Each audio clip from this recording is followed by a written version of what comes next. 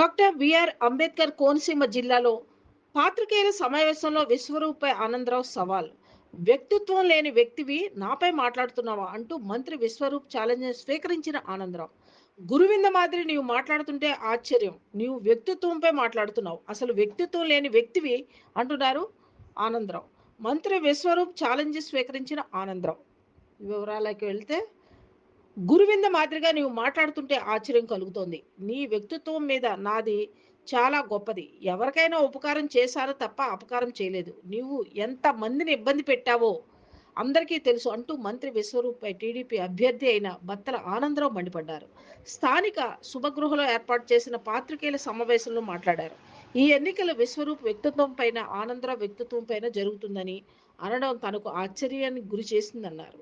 ఎందుకంటే గత 5 సంవత్సరాలుగా ముఖ్యమంత్రి జగన్మోహన్ రెడ్డి బటన్ నొక్కి ఎన్నో లక్షల నోట్లు, కోట్లు సంక్షేమ పథకాలు ఇచ్చిన అనడం, అలాగే మంత్రిగా పనిచేసిన విశ్వరూప్ నియోజకవర్గాన్ని అభివృద్ధి చేశారని అబద్ధాలు మాటలు చెప్పి గత 5 సంవత్సరాలుగా ప్రజలను మోసగించారన్న విషయం ప్రజలు గ్రహించాలన్నారు. ఎందుకంటే నియోజకవర్గ అభివృద్ధి చేశాను, నాకు ఓటేయండి అని అడగాలి కానీ నా వ్యక్తిత్వాన్ని చూసి ఓటేయండి అనడం వారు ఈ రాష్ట్ర ప్రజలకు ఏమీ చేయలేదని అర్థమవుతుందని అన్నారు ఆనందరావు.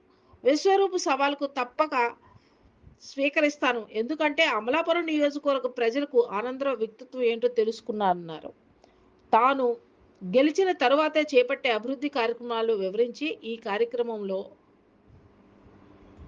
మెట్ల రమణబాబు, అల్లాడ స్వామి నాయుడు, నల్లా స్వరూప్ తదితరులు భారీ ఎత్తులో పాల్గొన్నారు. అక్కడ మా ప్రతినిధి కేసీఆర్ అడిగి తెలుసుకోవడం జరిగింది. మీడియా మిత్రులందరికీ సంబంధించి ఆత్మీయ విందుని ఏర్పాటు చేయడం జరిగింది. దానికి సంబంధించి వేదికమైన మిత్రులందరికీ, సమావేశంలో పాల్గొన్న మీడియా మిత్రులందరికీ పేరు పేరున నమస్కారాలు తెలియజేసుకుంటూ, మరి మీ అందరికీ తెలుసు, నేను మీ అందరి యొక్క అభిమానంతో, మీ అందరి యొక్క నమ్మకంతో, మీరు నా మీద ఉంచిన నమ్మకంతో అమలాపురం నియోజకవర్గం ఏర్పడిన తర్వాత ఇది 4వ ఎన్నిక. ఈ 4వ ఎన్నికలో కూడా మీ ముందు నేను శాసనసభ అభ్యర్థిగా నన్ను పార్టీ తెలుగుదేశం, జనసేన, బీజేపీ కూటమి అభ్యర్థిగా నన్ను ఎంపిక చేయడం, త్వరలోనే మనం మే 13 ఎన్నికల్లో ఒక గౌరవం, మీడియా మిత్రులు అంటే ఒక అభిమానం కాబట్టి ఈ సందర్భంగా మనందరం కూడా ఒక చిన్న ప్రెస్ మీట్ పెట్టుకుని, ఈ ప్రెస్ మీట్ అనంతరం మనం మిగిలిన కార్యక్రమాన్ని జరుపుకోవడం కోసం మీ అందరినీ ఆహ్వానించాం. సభకు సంబంధించిన ఎన్నికల్లో నేను పోటీ చేస్తున్నప్పుడు ప్రత్యర్థి కూడా ఆల్రెడీ కొన్ని సమావేశాల్లో కొన్ని విషయాలు మాట్లాడటం ఎందుకు జరిగింది. అన్నీ కాదు కానీ ఒక వాళ్ళు చెప్పిన ఒక మాట మాత్రం నాకు ఆశ్చర్యకరంగా ఉంది, కానీ అది సంతోషం కూడా ఉంది. ఆశ్చర్యకరంగానే ఉంది, ఆ మాట అన్నందుకు సంతోషంగా కూడా ఉంది. ఆ మాట ఏంటంటే, ఈ ఎన్నికలు నా వ్యక్తిత్వానికి, ఆనందరావు గారి వ్యక్తిత్వానికి మధ్య అని చెప్పారు. నేను ఆశ్చర్యం ఎందుకు పోయానంటే, అంటే 5 సంవత్సరాలు మీరు పంపిణీ చేసినటువంటి అప్పు చేసిన డబ్బులు ప్రభావం ఏమీ లేదని మీరు ఒప్పుకున్నారు. అలాగే 5 సంవత్సరాలు నేను ముఖ్యమంత్రి గొప్పతనం ఏమీ లేదు అమలాపురం మీరు ఒప్పుకున్నారు. 5 సంవత్సరాలు మంత్రిగా మీ అభివృద్ధి మార్పు ఏమీ లేదని మీరు ఒప్పుకున్నారు. ఇవన్నీ మీరు ఒప్పుకున్నారు కాబట్టి అవన్నీ పక్కన పడేసి మీరు వ్యక్తిత్వం కోసం చెప్పారు. ఇది ఆశ్చర్యానికి లేదు. సంతోషం ఏంటంటే, వ్యక్తిత్వం అని అన్నప్పుడు హైదరాబాద్ ఆనందరావుకి మించిన వ్యక్తిత్వం ఈ రాజకీయాలకు ఎవరికి ఉండదు, ఇది ప్రజలందరికీ తెలుసు.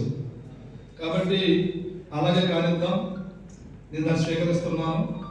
ఇప్పుడేమి దానికోసం మాట్లాడాల్సిన సమయంలో మాట్లాడతాను. ఒకటి మాట్లాడను, ఇదే వ్యక్తిత్వంలో చాలా మాట్లాడతాను. అందుకే మీ అభిప్రాయాన్ని కానిద్దాం. ముందుగా మాత్రం ఇక్కడ అమలాపురం మీ పథకాలు ఎందుకు పనిచేయమని మీరు పెంచిన పన్నులు, మీరు పెంచిన ధరలో ప్రభావం ఎక్కువ ఉందని, అవి ఏమీ వర్కౌట్ అవ్వనుకుని మీరు అవన్నీ పక్కన పడేసినందుకు మరి మీరు తీసుకున్న నిర్ణయం ఏదైతే ఉందో మీరు ఇప్పుడే ఓటమి అంగీకరించాలని నాకు అర్థమవుతుంది. అందుకే ఈ విషయాన్ని మళ్ళీ మాట్లాడుకున్న సమయం తెలియజేసుకుంటూ, ఇకపోతే తర్వాత కాలువ